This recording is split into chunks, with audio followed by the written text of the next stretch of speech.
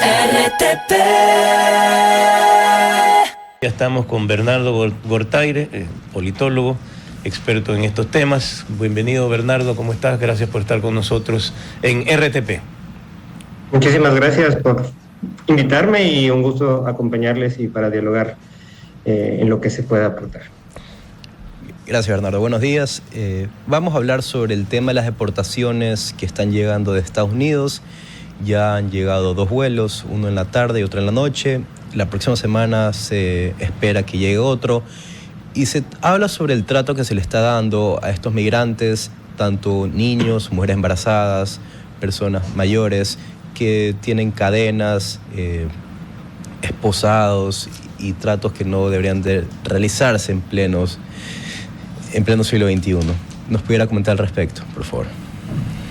Claro, como ustedes ya saben, con el ascenso del segundo mandato de Donald Trump, ha empezado un proceso masivo de deportación, es decir, no solo se están deportando ecuatorianos, sino prácticamente hay una aspiración de deportar hasta 11 millones de personas que no tienen los documentos que les permiten estar como residentes legales en Estados Unidos.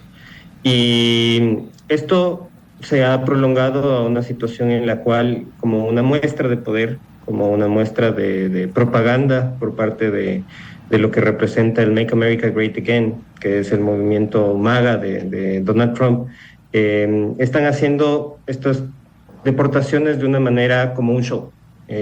Siempre han habido deportaciones. El año pasado tengo entendido que hubo más o menos 3.500, me puede corregir por ahí, lupa media, no sé. Y en 2023 hubo 18.000 deportaciones. Entonces, son procesos que habitualmente ocurren. Todos sabemos que Estados Unidos se toma bastante en serio el tema de la migración legal. Pero el problema obviamente está en que Donald Trump lo complementa con un discurso violento, con un discurso que atenta contra los derechos humanos y justamente trata de hacer esta demostración de que él va a hacer todo lo necesario para defender, entre comillas, su país, pero obviamente es mucho se crea toda una parafernalia alrededor de las deportaciones. Entonces, no solo se detienen criminales, se detienen también personas que, cuyo único delito, entre comillas, porque en realidad bajo la norma de Estados Unidos un ingreso entra más bien como un misdemeanor, es haber entrado sin papeles o haberse quedado más tiempo del que debían en su visa.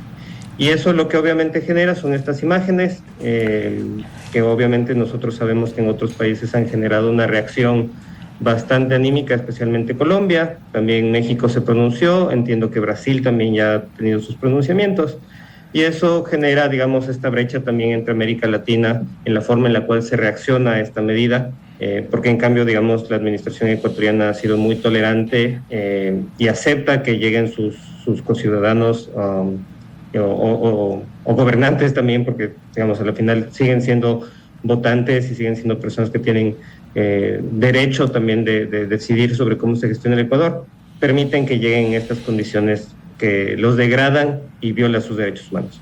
El reclamo se ha dado simplemente ahora desde que ha llegado Donald Trump a la presidencia, porque de ese mismo modo han llegado durante los últimos años.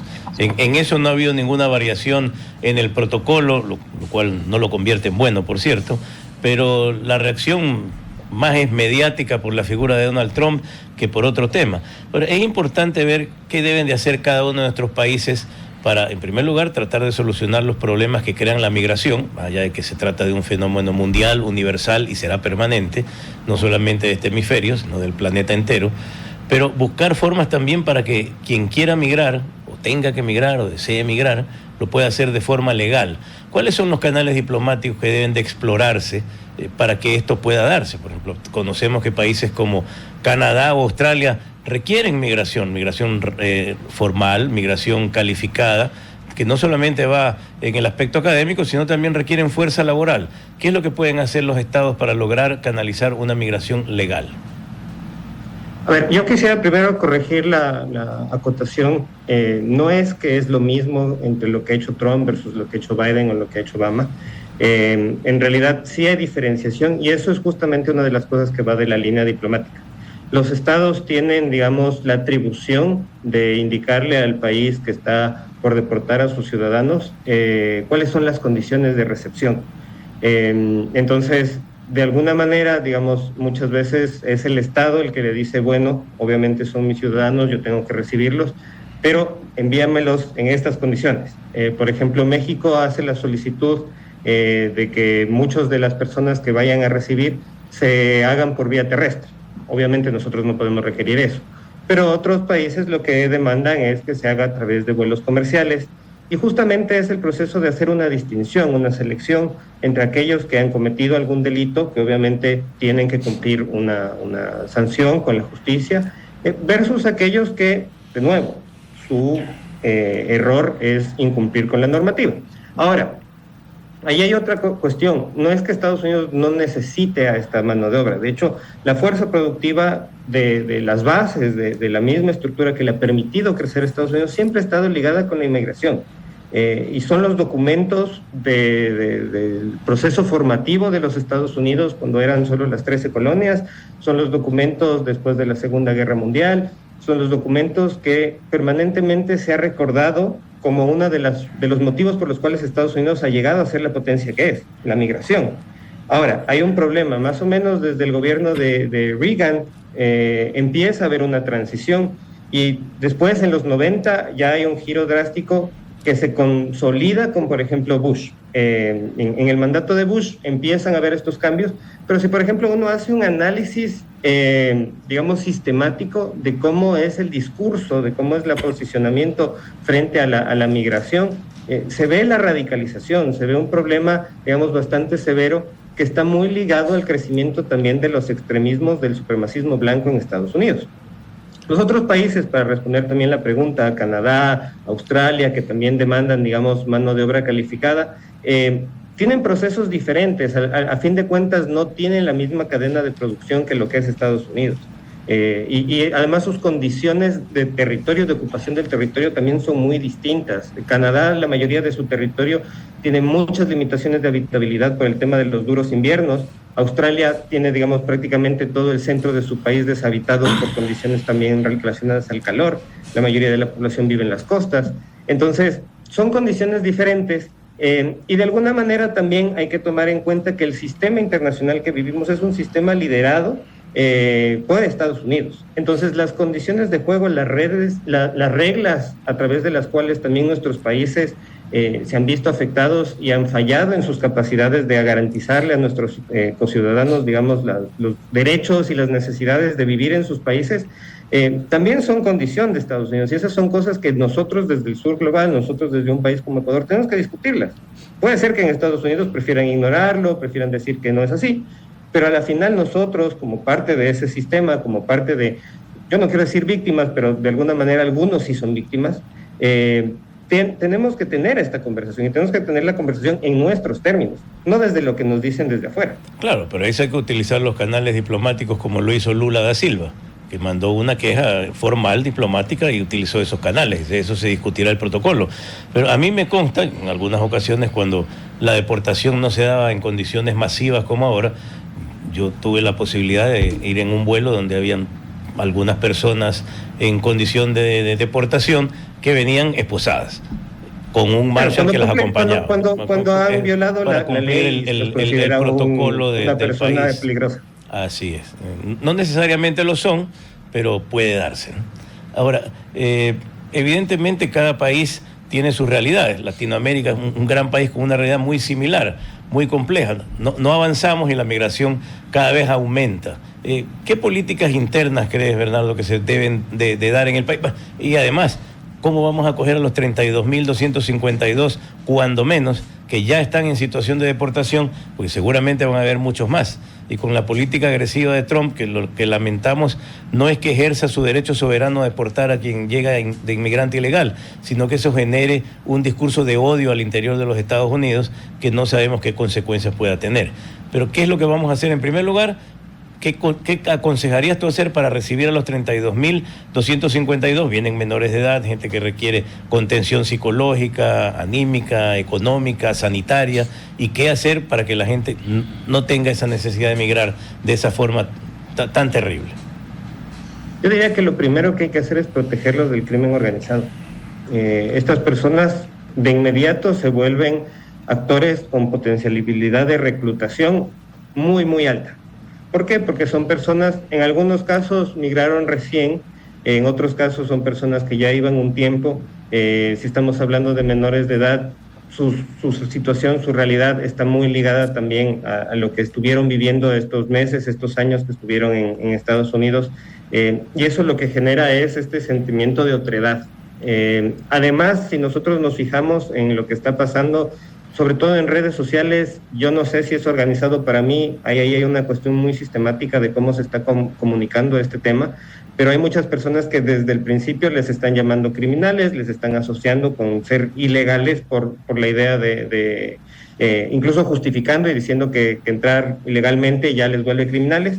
Y eso a la final lo que genera es que las mafias, no solo digamos de trata de personas, sino en general los que participan de otros delitos, incluso narcotráfico y otras acciones, busquen a estas personas, o estas personas terminen aceptando los llamados de estos segmentos. Entonces, ¿qué tiene que hacer el Estado? El Estado, a través del Ministerio de Inclusión Económica y Social, necesita ponerse en contacto con estas personas, recibirlos, ver cuáles son sus necesidades, entender cuáles son sus condiciones de vida, entender por qué emigraron en primer lugar, y asegurarse que tengan, digamos, un nuevo comienzo que ojalá les permita no aspirar a migrar otra vez.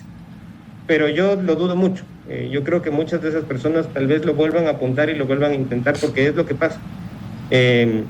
Para quienes no lo conozcan, incluso, por ejemplo, cuando se paga a los coyoteros, tienen algunos programas de 2, 3 viajes. Te deportan una vez, te vuelven a mandar. Entonces, esas son cosas que hay que estar muy atentos. El Ecuador es difícil. Ahorita vamos a las elecciones, veamos qué pasa. Pero el gobierno que llegue tendría que conversar seriamente y tratar de evitar que siga habiendo esta criminalización de su gente. Al menos reclamar que no se les llame como se les está llamando, y entender que hay una diferenciación entre los que cometen algún delito real versus los que simplemente están buscando una forma de sobrevivir. Y la última cosa que yo diría es, y que siempre voy a decir, es, a la final también se tiene que colaborar con el resto de países de la región. Hay que conversar con el resto de los estados para entender cuáles son las condiciones que nosotros en comunidad podemos cambiar mucho mejor que como un estado aislado. Sí, obviamente nuestra relación con Estados Unidos nos genera dinámicas de dependencia, pero a la final lo que nosotros tenemos que entender, o lo que tenemos que apuntar, es que Estados Unidos mueve su pelota por su lado de la cancha. Nosotros podemos recibir algunos beneficios, nosotros tenemos la obligación de, al ser uno de nuestros mayores socios comerciales, mantener una relación activa, no es que podemos pelearnos porque sí, pero a la final los que entienden las dinámicas, los que comparten mucho de nuestra experiencia, los que comparten muchos de nuestros retos, son los estados de América Latina. Entonces la conversación también tiene que ser por ahí, y constitucionalmente, digamos, nos guste o no la Constitución, es una de las cuestiones que está planteada, que la obligación de los gobernantes es la integración latinoamericana. Bernardo, aquí con datos del Diario Expreso menciona que serían alrededor de 32.000 personas que están en la lista para ser deportados, y equivale el 4% de las remesas, es decir, alrededor de 200 millones. Yo sí creo que ese número va a aumentar y es mucho mayor. ¿Tú crees que realmente hay una posibilidad de una crisis o se vean muy afectadas las remesas que llegan al país? Porque esto es una base fundamental de la dolarización. Sí, potencialmente sí, incluso si es que no se concreta todo el número de deportados, ya se ve. En general, si uno mira las dinámicas de la producción en Estados Unidos, se están viendo muy limitadas, la gente tiene miedo. La gente no está yendo a los campos, la gente no está yendo a sus puestos de trabajo, la gente no está, se han suspendido los proyectos de construcción, se suspenden, digamos, varias de las actividades que suelen requerir esta mano de obra no calificada, porque la gente no quiere salir. los grupos de Facebook de migrantes te ponen ahí dónde está la policía, dónde puede ser la redada, y la gente se oculta en ese sentido. Incluso con personas que hasta son legales, porque también está habiendo detención a personas legales. Y no solo, digamos, residentes, no solo personas con una visa de trabajo, sino también ya han habido casos de puertorriqueños detenidos, mexicanos detenidos. Entonces, definitivamente va a haber un freno.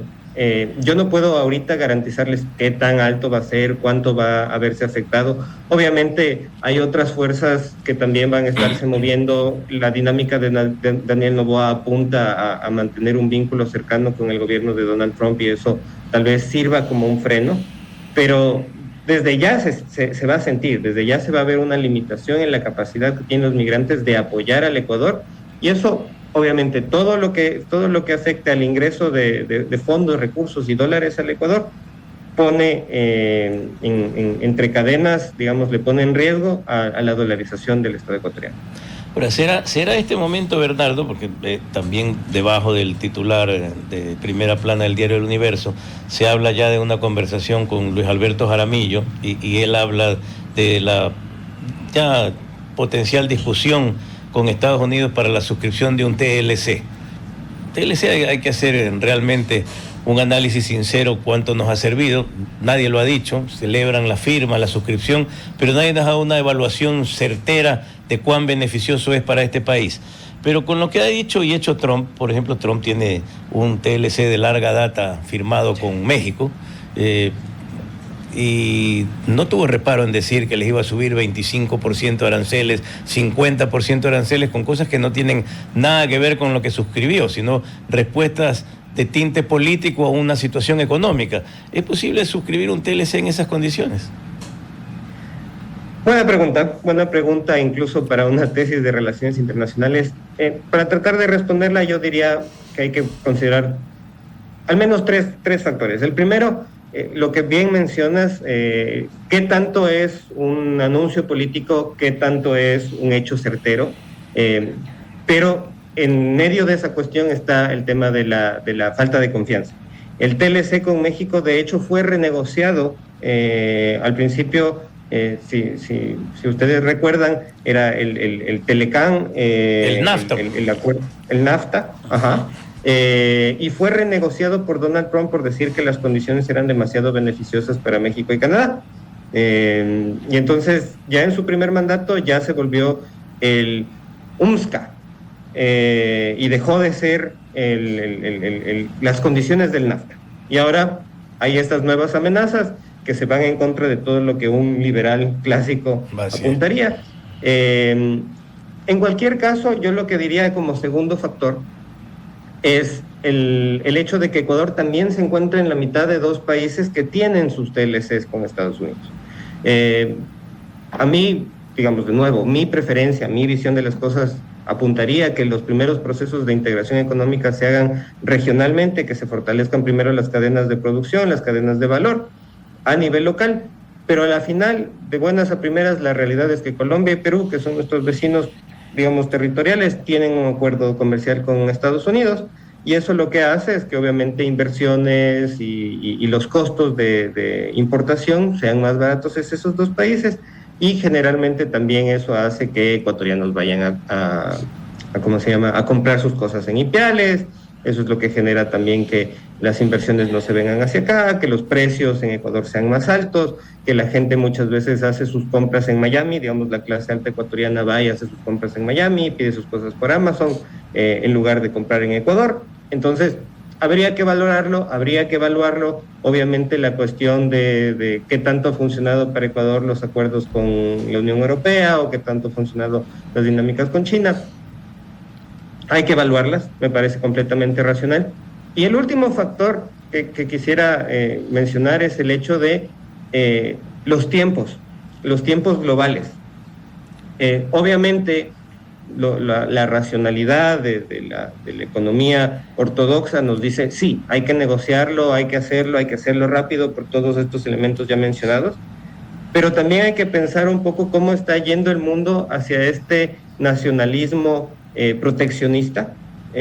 Incluso, digamos, muchas personas que antes se vendían como liberales están defendiendo las acciones de Donald Trump y dicen que los aranceles son una herramienta válida y que ellos están en ese derecho. Pero si nosotros nos vemos los casos, por ejemplo, Argentina, gobernada ahora por Javier Milei, que se dice libertario, mientras Estados Unidos promueve proteccionismo, ellos dicen nos abrimos más. Y eso forma parte dentro de lo que en relaciones internacionales se entiende como un proceso de dependencia y también de bandwagoning, que básicamente es la idea de que el país más débil se pega a lo que dice el país más fuerte y sigue su rumbo, esperando que le lluevan un poquito de las migajas del poder mayor. Entonces, las mesas de negociación, los gobernantes, sea quien sea que gane las elecciones, tiene que pensarlo desde esa dinámica. Quiere que Ecuador dependa y se enfrente constantemente a este tipo de amenazas de les voy a subir los aranceles cuando me da la gana, o en su defecto puede esperar, 4 años más hasta que haya un cambio de gobierno, haya un cambio de régimen y tal vez se puedan conseguir condiciones de intercambio más favorables para el Estado ecuatoriano. Claro, buscándolos a nivel individual, porque francamente, y me apena mucho decirlo, pero la unidad latinoamericana es prácticamente una utopía. Hemos visto, por ejemplo, el Mercosur, una unión mucho más pequeña, se ha tardado, me parece que 20 años en discutir un tratado de comercio con Europa, que todavía no termina de cuajar, pero lo celebraban hasta fines del año pasado como que ya había llegado a su etapa final. Aquí se trató tal vez más con un fundamento político que verdaderamente económico de integrarnos a través de la UNASUR. Ya sabemos en qué terminó eso, ¿no? No sabemos dónde estará la estatua del tuerto en algún patio en Argentina en este momento. Pero ¿cómo consolidarnos si no tenemos un liderazgo regional? Brasil, que es el llamado a dirigir esta eventual alianza, está más preocupado en primer lugar de ellos mismos, un país demasiado grande, el más grande del mundo, como dicen ellos en su simpático portugués. Pero no tenemos un liderazgo ni ideológico, ni político, ni moral tampoco en este momento como para pretender algo así. Sí, completamente de acuerdo. Bueno, Mercosur tiene sus condiciones. El problema que ellos se enfrentan con la Unión Europea es que la Unión Europea también es muy proteccionista. Totalmente. Claro, es un organismo que en principio se vende como un acuerdo de libre comercio, pero es puertas adentro. Ellos cuidan muchísimo las condiciones ambientales, cuidan muchísimo las condiciones de sus propios productores agrícolas, de sus ganaderos, y en eso Mercosur les saca la cabeza. Y por eso también es una de las condiciones que ellos se han frenado. No es solo desde errores o cuestiones internas del Mercosur, sino también es las condiciones de trabajo que les han puesto la Unión Europea. Veamos, porque como bien se menciona, estaban felices porque ya se firmó, pero ahora tiene que pasar por el Parlamento Europeo y tienen que asegurarse de que sí todos los países estén de acuerdo, y esa ya es otra historia. UNASUR, a mí, en lo personal, y eso lo escribo en uno de mis libros, tal vez el error más grande siempre estuvo en no incluir a la gente en el proceso. La gente, tal vez los que nos gusta la tertulia política o trabajamos en esto, entendíamos un poco de qué iba la UNASUR, hacia dónde iba, pero se quedó en las altas esferas políticas y justamente incluso altas esferas políticas ideológicas, o sea, solo de la izquierda. Cuando tuvo que haber una transición, cuando entraron los gobiernos ya, digamos, de derecha, cuando se acabó la marea rosa, entre comillas, simplemente no hubo suficiente fuerza, suficiente capacidad de cambio. Entonces, sí, nos falta, pero el hecho de que falte capacidad, el hecho de que no exista ahorita ese liderazgo no significa que no exista esa necesidad. Y yo diría que más bien es una necesidad urgente que, de nuevo, constitucionalmente y por las condiciones geopolíticas del Ecuador, nosotros deberíamos estar reclamando permanentemente ver cómo podemos o a dónde vamos para integrarnos. Porque si no, Ecuador va a mantenerse en estas condiciones de depender, de esperar que le llueva la migaja, y eso, digamos, es francamente imposible para que nosotros podamos pensar un futuro mejor para nuestros hijos y nietos. Y absolutamente contradictorio que justamente un organismo creado y dirigido desde la izquierda no haya tenido contacto con la gente. Sí. Así son. Le agradecemos mucho a Bernardo Gortayre por esta participación, siempre interesante conversar contigo. RTP